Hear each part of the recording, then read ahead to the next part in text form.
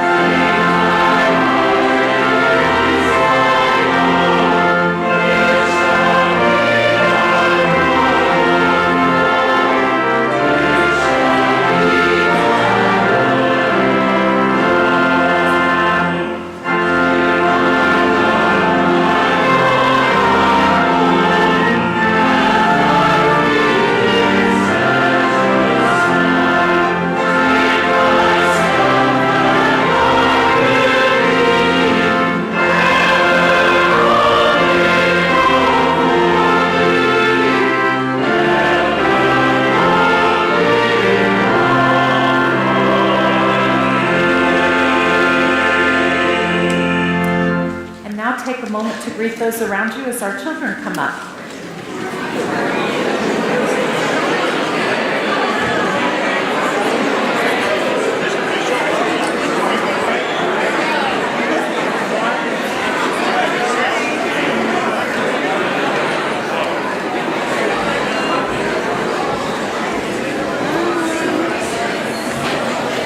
Good morning. Good morning. How are you all? Good. So today the adults are going to talk about the world that God made for us. And I was wondering, what does the world give to us? Can you think of anything? Noodles. Yes. Food. You're absolutely right, Melody. Yes. What does the world give us? Gummy bears. Shelter. Okay, that's a good one. Yes. Places where we live. The world gives us food. Can you think of some food things that the world gives us? Yes. Peas, it grows peas for us, yes. Strawberries, watermelon, And the world not only gives us food, it gives us water and juices. That's right. And the world also gives us beauty. And this is a special time of year where there's lots of things to look at. Flowers and leaves are going to start turning colors. Yes. So all kinds of things that the world gives us. So as you go, think about all the beautiful things that God has made so that we can enjoy it.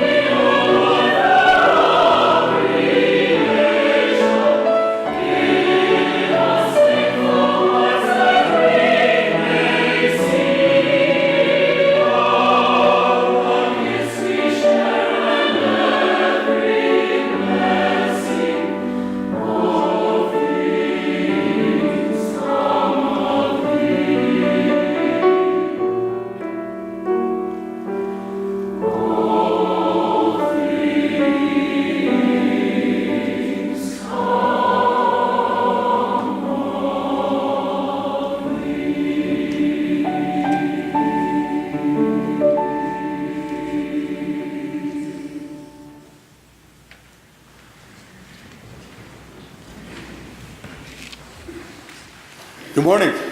A couple of joys in the choir, a couple of birthdays in the past couple of days. Lucas Lowry, one of our new college students, turned 20. And if you were following my Facebook page, Dwayne Ellis Jackson, he turned 29.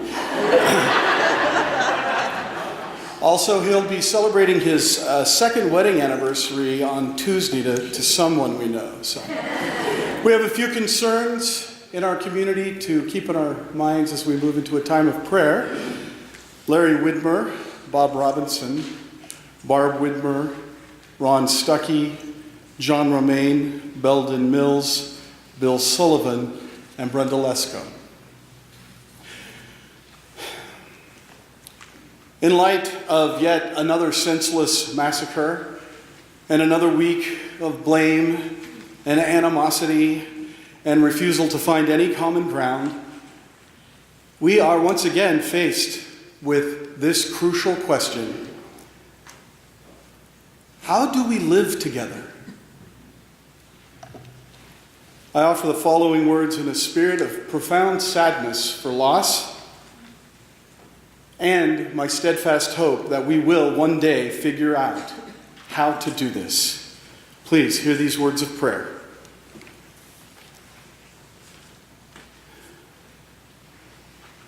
God of life, in whose spirit we gather this morning, gracias for the opportunity to deepen friendships with those from other countries and other cultures. Gracias for the music we can make with friends. Gracias for the life-giving abundance of the world that we all share. So thank you for the gift of listening. Listening with new, open ears to the voices of those who don't often have a voice. Thank you for the gift of new, open eyes to really see the lives of others for what they are.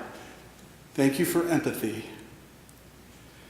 Thank you for these hands of ours with which we can choose to drop the death-dealing weapon or the death-dealing word or attitude, and instead pick up the life-affirming tools that open doors and knock down walls and build bridges.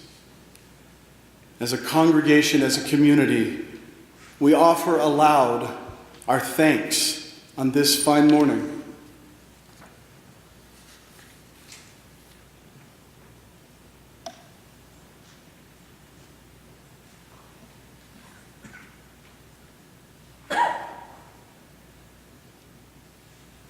God of life, on whose name we contemplate this morning, we ask for guidance as we navigate a more and more contentious and complex world.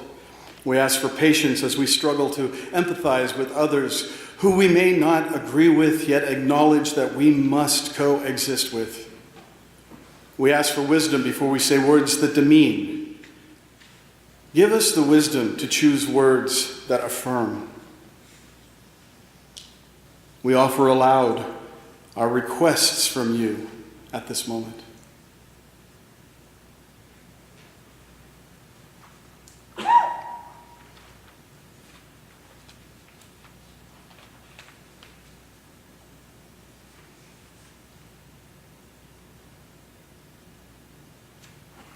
God of abundance, in whose presence we recognize the wealth we possess, thank you for the gifts that you have given us.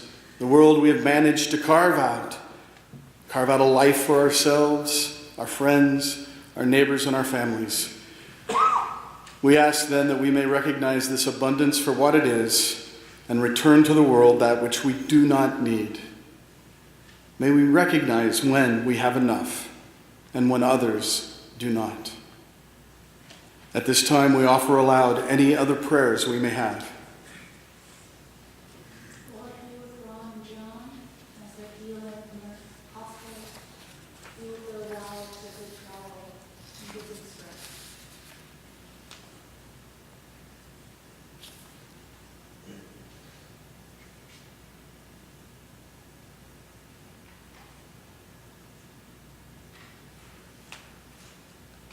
May we offer our thanks to Robin and Paul for all they do for us.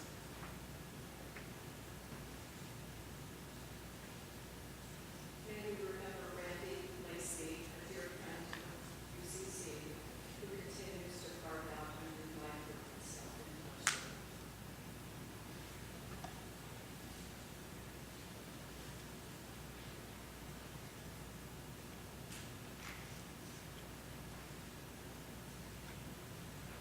With one voice, let us reaffirm the teachings of Jesus by reciting a prayer that he taught his followers many, many years ago. Our Father, who art in heaven, hallowed be thy name. Thy kingdom come, thy will be done, on earth as it is in heaven. Give us this day our daily bread. Forgive us the wrongs we have done, as we forget those who have wronged us. And lead us not into temptation, but deliver us from evil. For thine is the kingdom, and the power, and the glory forever. Amen.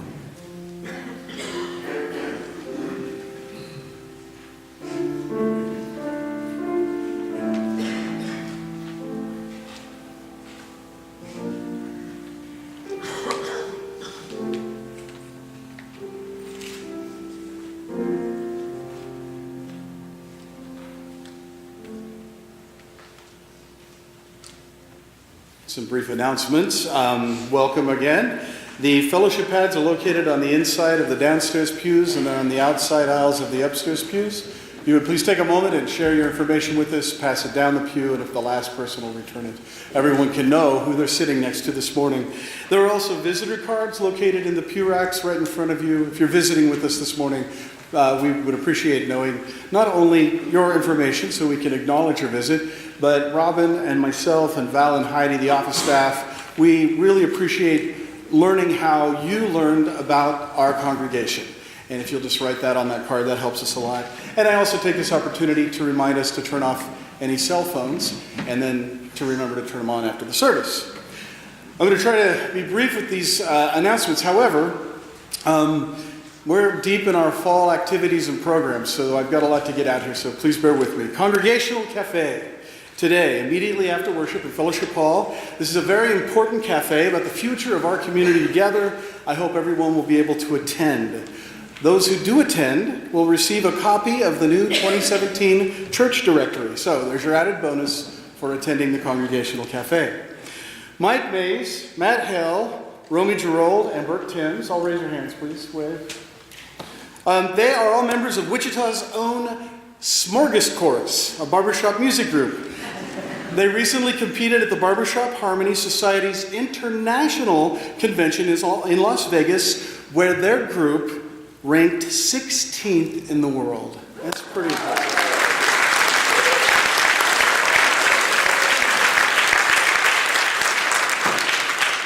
That's a lot of barbershop music. In preparation of this year's district competition coming up on October 21st in St. Louis, the Smorgasbord Chorus is presenting a send-off concert to take place 2 p.m. on Saturday, October the 14th, this coming Saturday. It's over at Collegiate in the Lair Center, and there's a lot more information about this in your bulletins, or track down one of the gentlemen and they'll be happy to tell you more about it. This afternoon, Blessing of the Animals, a special service for those important members of our families who don't get to come to church on a regular basis. We celebrate the Feast of St. Francis by offering this brief, fun service in the courtyard of our beautiful church. Like I said, it'll be this afternoon at 5 p.m., and all sorts of beasts are welcome. You can even bring your pets.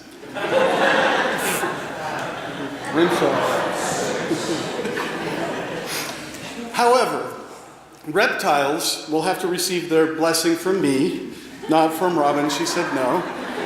No to the snakes. Last year, though, people who couldn't herd their cats into crates simply brought a picture of their pet to share and to receive words of hope. 5 o'clock tonight, join us for a brief, fun blessing of the animals. So there are items for sale. The Romaine family is trying to raise funds to help offset the cost of his long-term rehabilitation down in Texas. So there's not just pottery, but we also got a gift of some gift tags. They're quite beautiful. They're in a bowl. Laura Williams, our assistant organist pianist, donated those, so feel free to look at that. We are accepting birthday cards until tomorrow. I just need to get it to the package to the post office so that I can overnight it. So if you can bring those by the office, if you didn't this morning before noon, any birthday cards, we're sending a bunch down to John to wish him well. Wednesday Night Alive, this Wednesday, 6 p.m., we're having some great discussions concerning progressive Christianity and what that means. Even if you have not been to a class yet, you don't even have to get caught up. You can just dive right into the conversation. The UCC Play Reading Group will meet again on Thursday, October 26th at 1 p.m. We had a great time. Also, a new group, we're going to see how this goes. University Congregational Church members and friends who like to bicycle. We're going to try a biking group on a Saturday morning. October 28th, we're going to meet here in the parking lot at 9 a.m. and see where the winds of fate take us. So if you ride a bike, join us on the last Saturday of the month and we'll go ride together. Board meetings are next week, 10:15, not October 22nd. The newsletter had that incorrectly, but your bulletins are correct. New Members Sunday coming up. 2 weeks from today, Sunday, October 22nd. Now, some of you have already received communication from Robin or me, and others will in the coming days, to invite you to formally join this unique community. And New Members Sunday is just one way we recognize our new members into the church, and it's painless, and it's fun. See me or Robin after worship if you have any questions concerning that, and I will be reaching out to some of you this week. There are many other important announcements in your bulletins. Please check those that pertain to you. The Christian Life for Sunday, October 8th, 2017.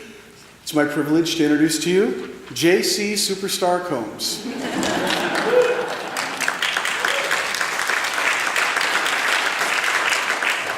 Thank you. I look forward to attending University Congregational Church every Sunday morning.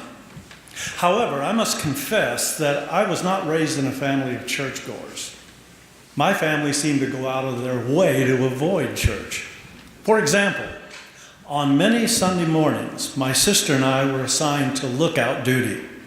Our job was to warn our mother when we saw the minister coming down the alley, because we knew he was going to invite us to church. We would come out and we would shout, "He's coming!" And then we would all go hide in the closet. After he stopped knocking, my sister and I would then exit the closet, scan the alley, and give the all clear signal.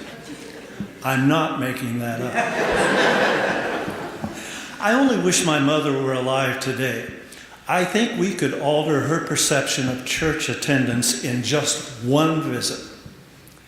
I just see her begin to relax when Helen and Laura begin the pre-service with one of their amazing piano and organ preludes. She would enjoy the genuinely friendly welcome from others in the congregation. I would look at her out of the corner of my eye and begin to see her forming a little smile.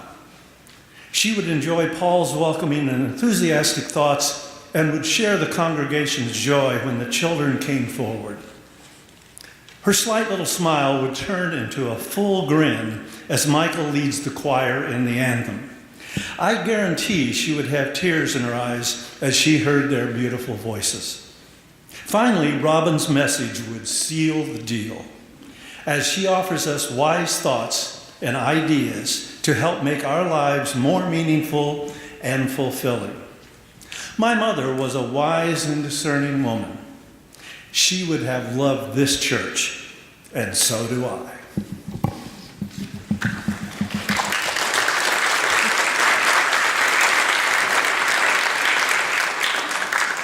Thanks, JC. As you're able, please stand and let's sing together our second hymn called as Partners in Christ's Service.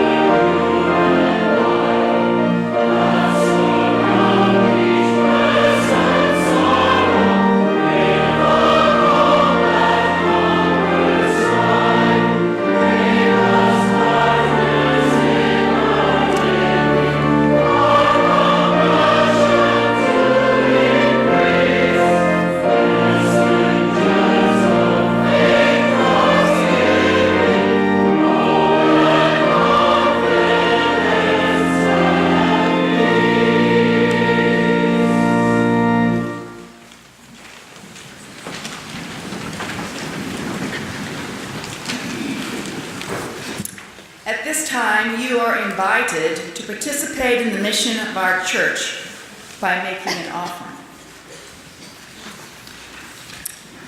Giving is an outlet for thanksgiving. It is a tangible hymn of praise. It is a gesture of a loving heart. May our giving be a part of who we are.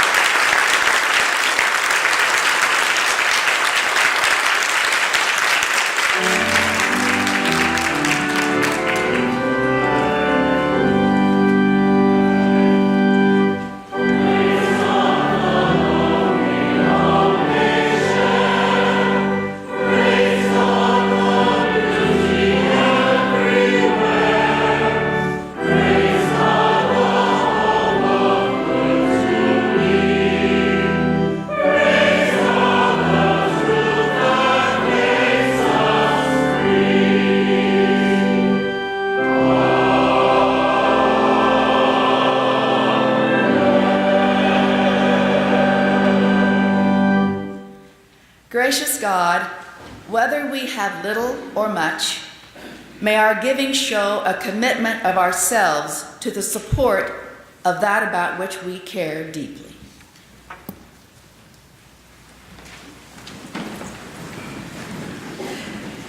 This morning, as we were getting ready for breakfast and going about our business in the kitchen, our windows were open because of the nice weather, and I heard hooting and hollering and words of encouragement being shouted from outdoors, and looked outside, and it's the Prairie Fire Marathon going by our house, and I thought, what a wonderful example of people being out in the world and and enjoying each other's company and offering words of encouragement. And I contemplated this deeply while eating my chocolate chip pancake.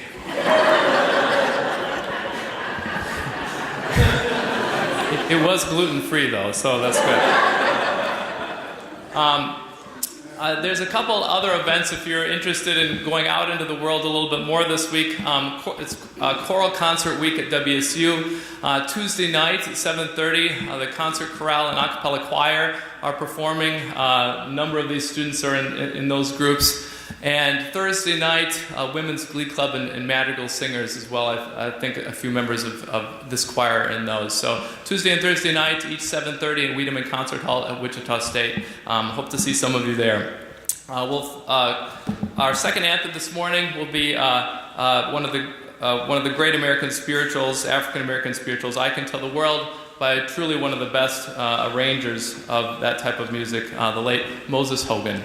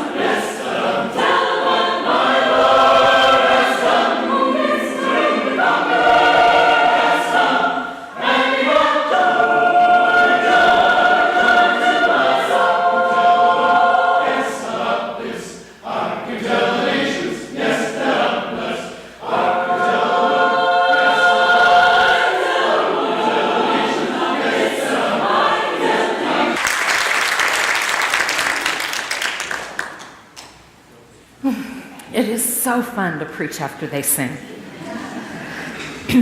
5 years ago, this month, I made a monumental life decision. I'd been in ministry at a variety of congregations, and I was serving a church where I was happy and I could stay for the rest of my career. I was approaching, not at, my 50th birthday. And I was giving considerable thought to the rest of my working years. A new challenge sounded a little bit enticing, but it had to be the right one. And about that time, I got an inquiry about my interest in applying here at UCC. After I met with the search committee a couple of times, it was time for me to decide. Was it worth leaving my church of 18 years, where we had friends and memories and a very strong connection, to start over at UCC with an unknown future? We decided to make the jump. And I have to tell you, there was some uncertainty, but a lot of hope. And we are so very, very grateful. Here are some things we love about UCC. First, the people. There are people here who have fascinating life stories and work histories and world traveler experiences, intriguing perspectives, and most important for me, open minds. Another thing we love about this church is the outreach program, including, of course, the hygiene pantry and the music scholarship relationships. And it's especially heartwarming to see the new partnership we have with Gammon Elementary. And then between us, Marla and I raised almost $1,000 the first year for a crop walk. We also love the social gatherings, which goes back to loving the people and getting together with folks in small groups. Eric and I wouldn't miss a fellowship dinner or a small group gathering for the world. Cook's Night Out, Revelations, and other events where we get to enjoy food around a table and visit with you all are integral to our lives. And finally, the commitment of the members and friends at UCC and your willingness to share your time, your wisdom, your leadership, and your generous support of the church. I'm so very grateful to be your minister and to celebrate 5 years of ministry with you this month. It's an extraordinary experience to be here. For the last several weeks, I've been talking about the re-enchantment of everyday life. And we've been exploring ways to find spiritual renewal in what God has provided around us. Today's topic, if you haven't figured out by now, is how to find spiritual enrichment in the world, and more specifically in giving. I think St. Francis said it simplest and best. It is in giving that we receive. It's not just a spiritual reality that those who give are happier. It's actually scientifically tested. And I'll tell you about one story at the University of British Columbia, Canada. A group of undergraduate students were randomly chosen, and they were given between $5 and $20 each. And the participants' level of happiness was measured, and then half of the participants were asked to use the money that they had received to get something for themselves. The other half were asked to use the money to get something for someone else. And then the participants' level of happiness was measured after they spent the money. The group who spent the money on someone else actually reported a higher increase in their level of happiness than the group who spent the money on themselves. Elizabeth Dunn and colleague Michael Norton conducted similar experiences in different contexts in different parts of the world, and they consistently found that giving increases happiness more than receiving does. Their results were summarized in their book, which I love the title, Happy Money, The Science of Happy Spending. Now go out and get that. You'll enjoy it. One of the nicest compliments that I can receive is when someone says that UCC is a special place. I believe it's true. But what makes this a special place? Frankly, I don't think it's any of the things I've already mentioned, because those are important, but it doesn't make us unique. It's a much deeper and significant thing than the music or a worship or social gatherings. And I think it stems from this. Whenever we're faced with a decision, the leaders of this church sit around a table and we ask ourselves, what is the best? What is the most generous? What is the most loving thing we can do? And then we do precisely that, or at least we try to. So what does this mean in a practical sense? It means that we are committed to do and to be the best that we can. That's why the deacons serve us coffee and snacks each week on real plates and in real cups. Not just amazing cookies, but healthier options too. That's why we pay benefits to our church employees. We want to do the best, to be generous, and to provide a reasonable package for people who work here.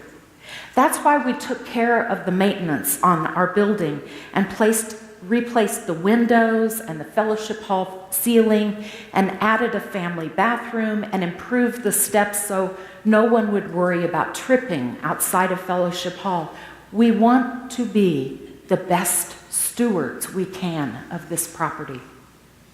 That's why we have a hygiene pantry and offer to our neighbors the things that they need and can't even afford to buy with food stamps. We want our neighbors to have soap and detergent and toilet paper. That's why we bought new curriculum this year for our children. We looked for resources to help our teachers and provide them with the best progressive Christian material possible. We seek to do what we do well. And beyond that, we seek to be generous and loving while we do it. When you make a commitment to UCC financially, I think you know what you're doing. You're making a commitment to being a part of this culture of generosity. As 2 Corinthians 2:9 says, each one must give as he has decided in his heart, not reluctantly or under compulsion, for God loves a cheerful giver. You're making a commitment to support our ministries and our mission. You're supporting Paul and me as we write sermons and pray with people who need a voice of calm and peace, as we lead worship, as we teach classes, as we wade into situations with no small amount of fear and trembling, and we hope that we can somehow bring a sense of God's peace. You support us as we reach out in the community, trying to help people think theologically in new and different ways. You're supporting our deacons as they try to create time and space for us to fellowship together, because lifelong friendships and new relationships are being renewed and formed each week. You're supporting our trustees as they care for this property and to do their best to keep this lovely building in shape so that it will be here for future generations.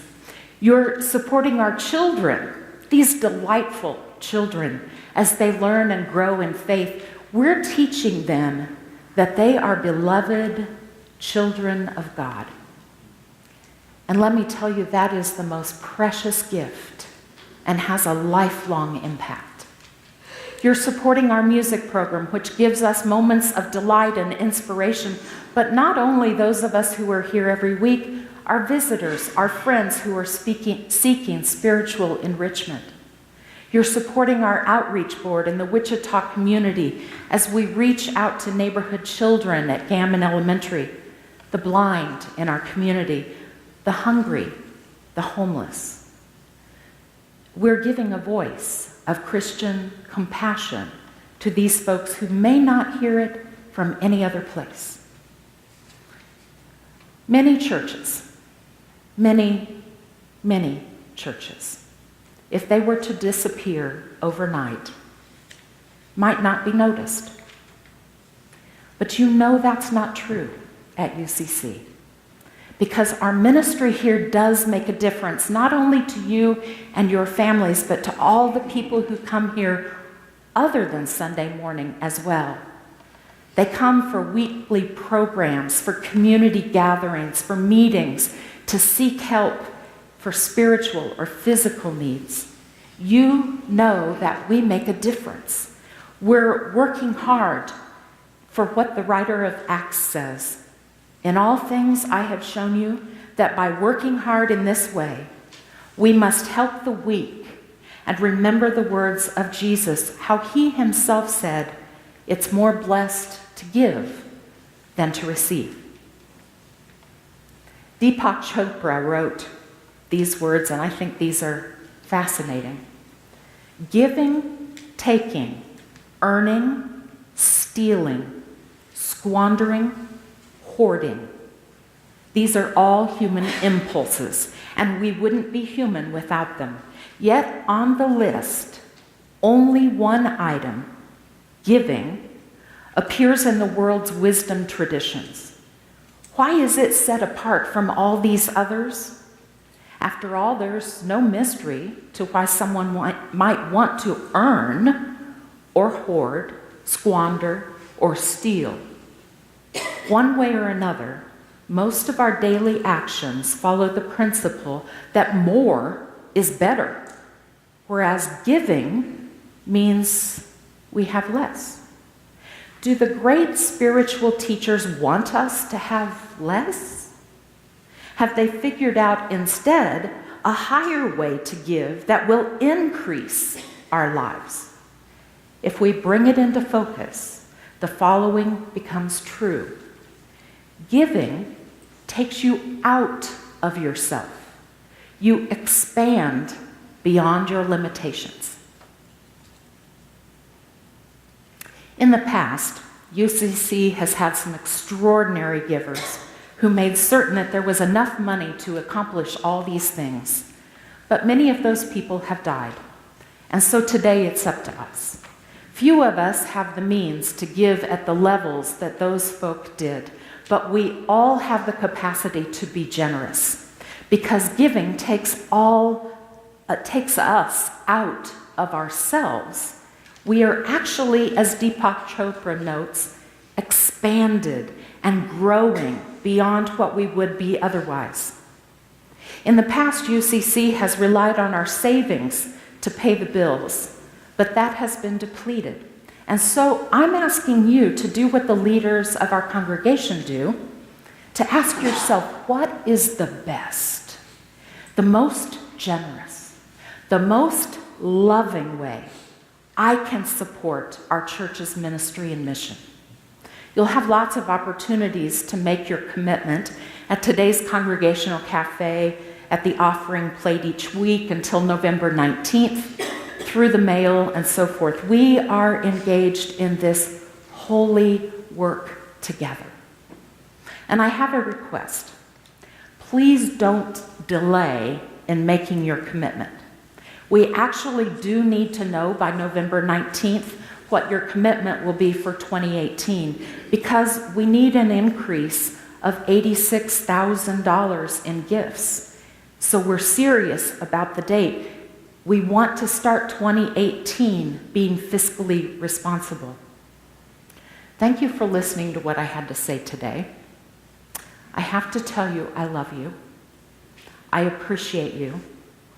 And I'm asking you to pull together with me to be the best, the most generous, the most loving that we can be.